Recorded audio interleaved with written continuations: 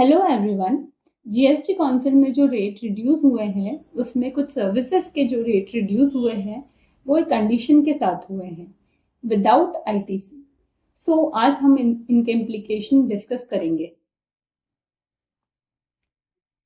Good afternoon everyone. जो आपने case layout किया वो सबसे क्लासिक एग्जांपल है होटल अकोमोडेशन सर्विसेज। वहाँ पे अब 7,500 रुपये से कम की जो वैल्यू सप्लाई वाले रूम है वहाँ पे रेट अब 12% से 5% हो गई है। बट इंपॉर्टेंट थिंग इज कि 5% विदाउट आईटीसी हो गई है। तो ये पूरा डिस्कशन इस बात पे है कि ना ये 5% विदाउट आईटीसी का इम्प्लीकेशन क्या है। क्या इसका मतलब ये है कि मैं उस 5% सर्विसेज को जब प्रोवाइड करूँगा क्या उससे रिस्पेक्ट में आईटीसी मेरे को नहीं मिलेगा, सिर्फ इतना? या फिर इसका मतलब ये भी है कि जो 5% की मैं आउटपुट लाइबिलिटी पे करूंगा इसको सिर्फ मैं कैश से ही पे कर पाऊंगा और मैं बाकी एलिजिबल क्रेडिट जो मेरा होगा उससे पे नहीं कर पाऊंगा? क्या इसका मतलब ये भी है? तो जब भी इस तरीके की कोई कंडीशन आती है, ये जो भी रेट नोटिफिकेशन है अपना नोटिफिकेशन नंबर 11 सर्विसेज का, वहाँ पे जब भी इस तरह की कंडीशन आती है तो उसके लिए एक्सप्लेनेशन दे रखा है इसका मतलब क्या है। तो इसको इन प्रिंसिपली एग्जाम सप्लाई माना जाता है as per this notification. Implying that कि ना कोई भी इनपुट सर्विसेज जो आप इसके स्पेसिफिकली यूज कर रहे हो आपको उसका आईटीसी नहीं मिलेगा। कॉमनली यूज कर रहे हो इसके लिए और टैक्सेबल सप्लाईज के लिए तो आपको प्रोपोर्शनल आईटीसी मिलेगा। इस एक्सप्लेनेशन में कोई और कंडीशन नहीं दे रखी है, इस बात को ध्यान रखना। इस एक्सप्लेनेशन में कोई और कंडीशन नहीं दे रखी है इसके बारे में, इस कंडीशन के बारे में।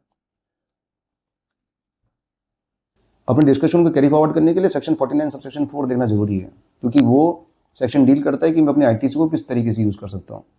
उसमें लिखा हुआ है कि it may be use for making any payment towards output tax and there is a possibility कि ना ये सेक्शन अलाउ करता है कि कुछ कंडीशन और रिस्ट्रिक्शन आप प्रिस्क्राइब कर सकते हो।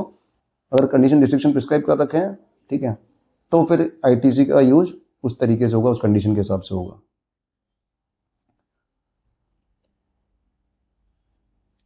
अभी इस बात को समझने के लिए एक एग्जांपल लेना पड़ेगा उस नोटिफिकेशन नंबर 11/2017 से ही।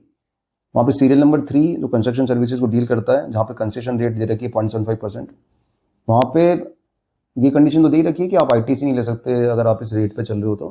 प्लस एक और कंडीशन भी है कि आपको ये जो आउटपुट लाइबिलिटी है कैश से पे करनी है। रिमेंबर दैट कि आपको एक कंसेशन रेट दे रखी है, साथ में कंडीशन अटैच कर दी कि आपकी जो आउटपुट लाइबिलिटी होगी जो 0.75% से आएगी उसको आप कैश से पे कर पाओगे। नोटिफिकेशन में बाकी जगह जहाँ पे 5% विदाउट आईटीसी ऐसा कुछ रेट दे रखा है वहाँ पे एक कंडीशन एब्सेंट है। तो अगेन मैं आपको 49(4) पे ले जाता हूँ। वहाँ पे आप अपने आईटीसी को यूज़ कर सकते हो अपने टैक्स पेमेंट के लिए, कोई भी आउटपुट टैक्स के लिए, ठीक है, अनलेस कोई कंडीशन या रिस्ट्रिक्शन प्रिस्क्राइब कर रखा हो। इम्प्लाइंग दैट कि अगर 5% विदाउट आईटीसी के साथ एक एडिशनल कंडीशन आ जाए, मान लो कि आपको अपनी इस 5% को कैश से ही पे करना पड़ेगा, तब तो आपके ऊपर रिस्ट्रिक्शन आ जाएगा कि आप बाकी आईटीसी भी यूज नहीं कर पाओगे। अगर वो ऐसी कोई कंडीशन नहीं आती है, जो कि मोस्ट लाइकली लग रहा है कि नहीं आएगी, तो आप अपनी आईटीसी को यूज कर सकते हो इस 5% आउटपुट लाइबिलिटी के लिए। इसके अगेंस्ट में आईटीसी अवेल नहीं कर पाओगे, बट इसका मतलब ये नहीं कि इस आउटपुट लाइबिलिटी को आईटीसी से पे नहीं कर सकते अनलेस एंड अनटिल कोई कंडीशन ऐसी आ जाती है।